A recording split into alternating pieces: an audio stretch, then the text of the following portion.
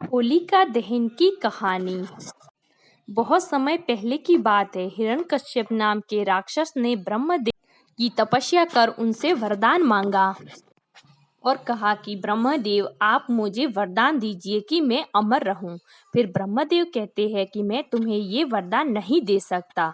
फिर थोड़ी देर सोचने के बाद हिरण्यकश्यप उनसे दूसरा वरदान मांगते हैं।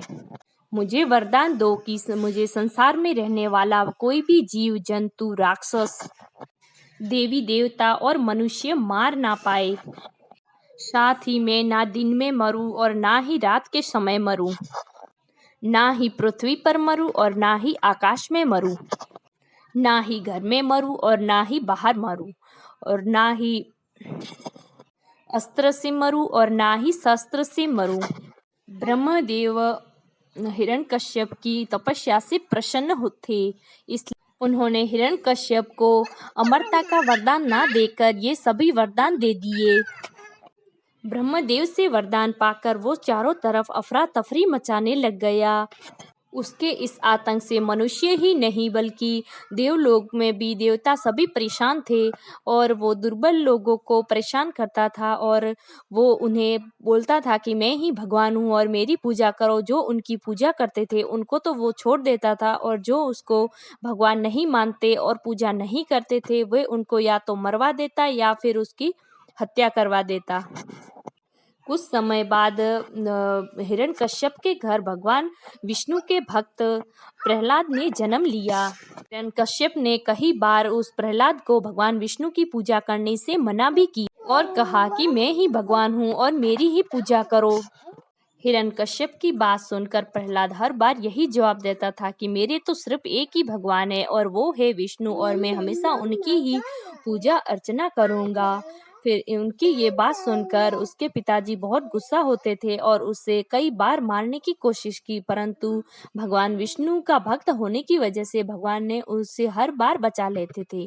एक बार हिरण्यकश्यप के घर उसकी होलिका आई थी और होलिका को वरदान था कि वो आग में जलती नहीं थी और उसके पास एक कंबल थी, वो उसको ओढ़ के आग में बैठ जाती थी तो वो जलती नहीं थी। भाई को उसके बेटे की वजह से परेशान होता हुआ देख होलिका बोली, भैया मैं प्रहलाद को गोदी में लेकर होली में बैठ जाऊंगी जिससे वो जल के राख हो जाएगा और आपकी समस्या भी समाप्त हो जाएगी। और हिरण्यकश्यप ने इसके लिए हामी भर दी। फिर होलिका प्रहलाद को अपनी गोद में लेकर कंबल ओढ़ के वो होली में बैठ गई। फिर भगवान विष्णु की कृपा से होलिका का कंबल उड़कर प्रहलाद के ऊपर आ गया जिससे प्रहलाद बच गया और होलिका कंबल उड़ जाने की वजह से आग में जलकर खाक हो गई। इसी तरह से इस त्योहार को बुराई पर अच्छाई की जीत के रूप में मनाया जाता है। उसी दिन से आज तक इसको होलिका दहन के नाम से जानते हैं। होलिका दहन के दिन होली के जल के राख होने के बाद दूसरे दिन रंगों से उस त्योहार की खुशी मनाई जाती है और होली खेली जाती है। दोस्तों, बुराई कितनी भी बड़ी हो पर एक दिन अच्छाई की जीत अवश्य ही होती है। इसीलिए हमेशा बुराई का मार्ग छोड़कर अच्छाई की राह पर चलना चाहिए। तो दोस्तों, कैसी लगी आपको ये आज की होलिका दहन की कहानी? कमेंट करके ज़रूर बता दीजिएगा। और आप सभी लोगों को आर्यन पाठ पूजा चैनल की तरफ से होली की बहुत बहुत बधाई हो।